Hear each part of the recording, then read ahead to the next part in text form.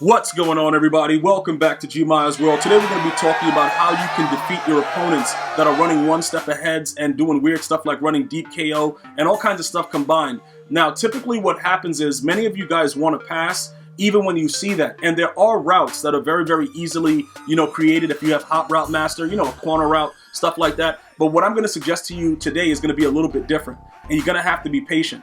So many of you guys that are just watching this video for, coming to this channel for the first time, you guys are probably like, yo, what is this guy talking about? So pretty much most of my veterans here, they follow me on social media, and I put out a post on Instagram, Facebook, and Twitter showing this yesterday and just said, look, your frequently used emoji is your reaction when you see this image. Like when you press the R, the R2 button, and you see your opponent and what he's doing, and you're like, yo, this guy hasn't showered in 47 weeks, and this is what he's running. It's very, very difficult in certain instances, like I just said, to beat. It's a lot of things that go into it because what happens is instead of your offensive player having all of their capabilities, EA Sports actually slows your player down so that one step ahead and deep route KO works. It's very, very manipulative and it's disgusting, but you can actually see it. What would make it more feasible would be if they would allow both of the, both your player and the defensive player to do what they do. And then if the other person wins, I'm fine with it. But the way the animations go, a lot of you guys had a lot of frustration with it and you wanted me to go over certain things. So what I've been doing as of late is I've just been keeping clips of what's been going on in the games. So we're going to discuss this right now, and I'm going to tell you guys how to pretty much beat it quick and easy because you guys don't want to know, all the BS routes and stuff like that. You guys want it fast and easy, like, yo, Gmia, what do you do? So pretty much what happens is I'm going to show you what goes on. I have a couple clips from the game. So right here, what I'm going to show you, right, when he comes out, like for instance, right, this is double A gap. You pretty much spread the D line. You're blitzing everybody. That user should be covering the running back, but typically you have to block the running back if you're going to pass the ball because you'll get pressure. A lot of times you will be nano detected though, and your players will run in place for about 5 seconds, and it'll give the opponent, time to get the ball off. But we are never that lucky. Like we'll get nano detected, but when you play somebody else, they'll just scream every play, and that's just the way it usually goes. EA Sports is, they'll do stuff like that. So pretty much what you're gonna see right here is just a simple run play, right? When I see him line up like this is what happens. Now look, this is a trap play, and you see my guard from the left, he actually pulls and runs right into the, is that the linebacker? He probably has a safety there at that point, right? Okay, yeah, that's his user, right? So look, I have poor stick, but that lane is always going to be there. This is just a basic trap play, right? Running the ball against one step ahead, I'm going to explain to you guys why it's going to make you win more games and why it's going to annoy your opponent. All right, so look, I just have really, really bad stick on this play. So because of the way that they've changed some of the animations, and no, I'm not using turbo. You guys should not use turbo until you see the lane. Because your players will swerve and look stupid like that if you try to use turbo, but I'm not using turbo. It's just sometimes when you're angling the player and you press to the right or to the left too fast, they'll move like that. But I want to show you guys this should have been 6 points, right? This should have been 6 points right here. All right, so look, pretty much the premise of everything that I'm talking about right now, think about it this way, right? Let's take a look at this. One step ahead is 3, deep route KO is 2. So those 2, Charles Woodson and Jair Alexander, that's already 10. Deep route KO is another 2. So that's all of his 12 AP. What does that mean? What that means for you is this guy has no defensive players on his team on the defensive line that's going to be able to deal with your O-line, right? And the advantage that you have is this. The game is primarily based on ability. So what happens is once you see this and everything is put into the cornerbacks in the secondary, you have to exploit that. You have to make it so that they wish that they did not do that they did put an inside stuff or something like that. Most players, even with one step aheads, they'll have at least one inside stuff. Because although we complain about the way that it works, it generally does stuff. You know what I'm saying? Like it generally will blow up at least one run. Unless they're running like those weird runs that actually get blocking, it usually will blow it up, right? So you need to make sure, like I tell you guys all the time, you want to win more games in Weekend League, you want to win more competitive games, make sure your O-line is good. If your O-line is decent, you're going to be okay. You're not going to have many issues, all right? So I just want to show you guys this again, just to give you guys idea. Double A gap, one step ahead. Typically, you're going to get this, or you're going to get 3-3-5 odd, where they're trying to send the guy off the left and he's screaming. You're going to get stuff like that going on, right? So pretty much right there, I didn't get that done. Now we're going to fast forward. to the end of the game, right? So look, I'm up 14-10 right now. It's the fourth quarter, and you know, pretty much he's still running the same defense. Now, you are gonna have to be able to deal with the offense of the player also. Right now, we're just focused on how to beat the defense of it, because these guys have really, really tough schemes that they run. And what happens is you got to actually, you know, you got to use your head. Like, they're going to, you know, throw to the flat when it's open. They're going to have, you know, corner routes. They're going to have posts. They're going to motion guys to one side. It's a lot of weird stuff that's going to happen. And these guys have pretty decent schemes. So everything else that goes into the defensive side of the ball, for us, I've shown you guys different ways of playing defense. Right now, we're focusing on how to use our offense to win the game. So this is a critical part in the game. We're up 4, all right? 2nd and 13, all right? What do we do here? Remember what I showed you earlier. Same run. Only difference is we get the hole now. Now, this is what I use primarily against double A gap, odd, nickel, big nickel. Anything where they don't have abilities on their D line, right? And they're focused on one step aheads and all that stuff like that.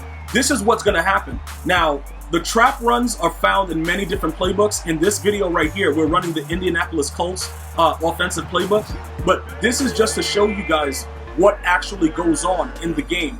All right, there's a lot of things that you guys have to understand when you're playing against this, because what happens is you can't play down to whatever your opponent is doing. You can't really play down to it. And what happens is when you do that and you play into their hands, because for me, I love to pass the ball. I love passing the ball in this year's Madden because it's stupid. Like, you'll just throw the ball through somebody's body. It's hilarious, and weird things happen. But the reasoning behind the way that his D-line is playing and the rest of his team is playing, they don't have any abilities. So the advantage is your O-line. It's advantage your O-line. So you can run traps. You can run under center. Well, under center is kind of dangerous. And let me point that out, because some of you guys are going to ask, is it recommended to use shotgun runs? Is it recommended? Yes. Because you give the play time to develop if you don't really understand what's going on with the user. Some of you guys don't use identifier, so it becomes a little bit more difficult. The reason that it's easier for me is because I know he's on high.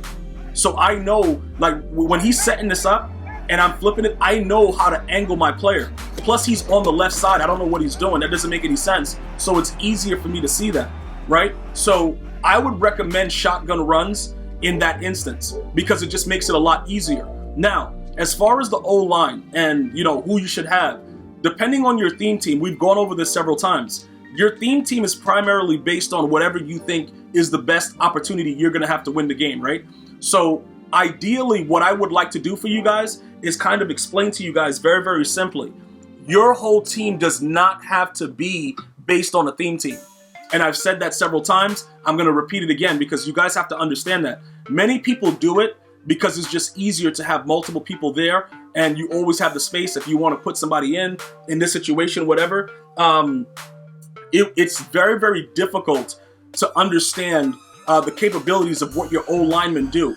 Because, you know, for the most part, we don't really pay attention to them a lot. But I always tell you guys, they are so important in winning games in Madden. They're important, obviously, in real life. You saw what happened to Mahomes. The dude couldn't score. You know, Tampa Bay was all up on him. So, you know, with those things, the way that it goes, you know, trying to figure out what's happening with the way that I took full advantage in that game, I'm going to explain to you what happened. So I'm a 49er theme team right now. When you look at this, right, Trent Williams, Larry Allen, these are the only 2 49ers that are on my team. The other 3, Quentin Nelson, Rodney Hudson, Lincoln Kennedy. Now, based on the body size, the types, and everything like that, you'll notice something about these guys. They're big, they're huge, right?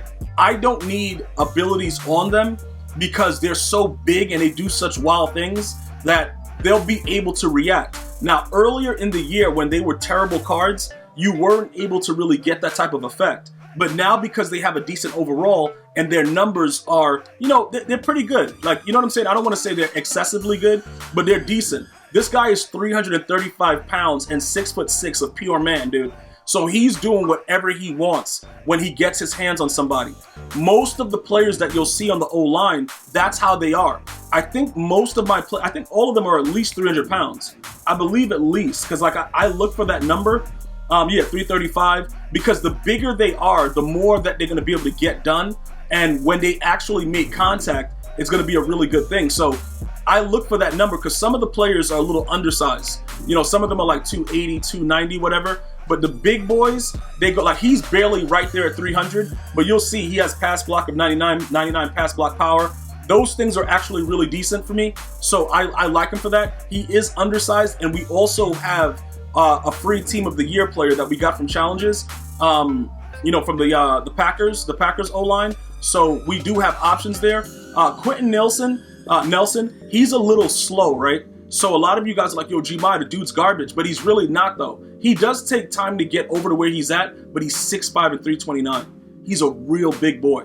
So like I said, when he gets in front, you're not getting off the block, all right? And then finally, we have the other 49er who is Trent, all right? So with that being said, with the 2 out of the 5, I felt that these guys made me comfortable enough to go out there and do what I need to do.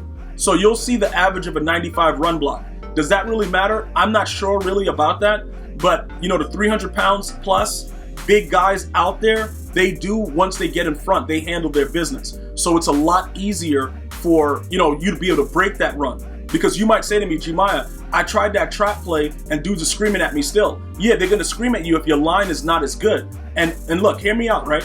A lot of these old linemen are not expensive because people are looking for the skill players. They're not even paying attention to the O-line, right? What's gonna happen is some of the prices may go up once people realize what's happening, but you guys should have already known that because the way that the game works, you have to be able, it's all about countering what your opponent wants to do.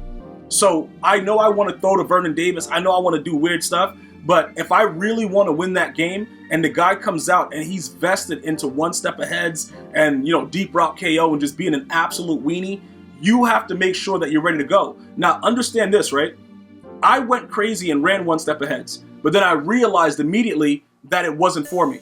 I realized that I was like, yo, you know what? This doesn't really make much sense to me. So it's obviously not for me. So I'm not going to run it because what happens is it's easily beaten. Like I said, if you run formations like trips tight end, you have posts, you have corners, drags, different concepts, Texas routes, you can get yards all day long. You know what I'm saying? On one step aheads with no problem. So it's not like it's something that's unstoppable.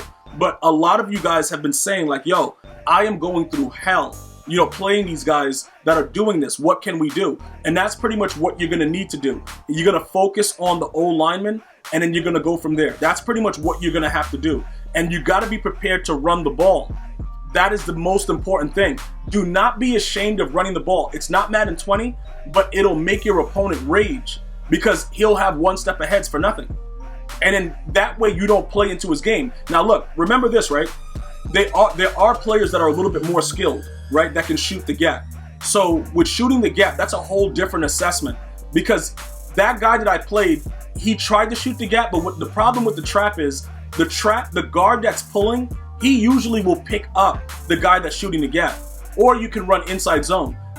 Just understand this, right? In some cases, they'll still be able to shoot the gap, and then it'll all come down to your user. But for the most part, you will be able to run the ball against an opponent that has no D line chems. You'll just be able to do it. It's just naturally the way the game is right now. So as the game continues to tune itself, or EA Sports continues to tune it, we're going to update it. But, you know, based on your feedback, you guys wanted to know, you know, the mindset of what I'm looking at when I actually see that. And that's pretty much what I look for. Okay, once we see that, we have to swallow our pride and we have to run the ball. All right, so you guys go out there and you welcome it now. You welcome it. You don't have to run the cult. There's a lot of other playbooks with traps, inside zone and stuff like that. But you have to find the runs that are either power O, because you can shoot the gap very easy on stretch. Power O's is the run this year. Most of them you can't shoot the gap too crazy with power O's. And there's a lot of other runs. I'm pretty sure that many of you guys have your specific runs that you go to that somebody can't shoot the gap and just bash you in the backfield. Trap is one of those things that are ideal to run because you wait for the guard and the guard usually picks up the blitzing guy. And that's pretty much where I am with it to kind of explain that. You guys should be able to go out there and win more games. I am going to see you guys and girls soon. I want to thank you for watching. Hopefully you've already subscribed. If not, maybe I'll get you next time. I'm going to see you guys and girls next time as well. One love, y'all.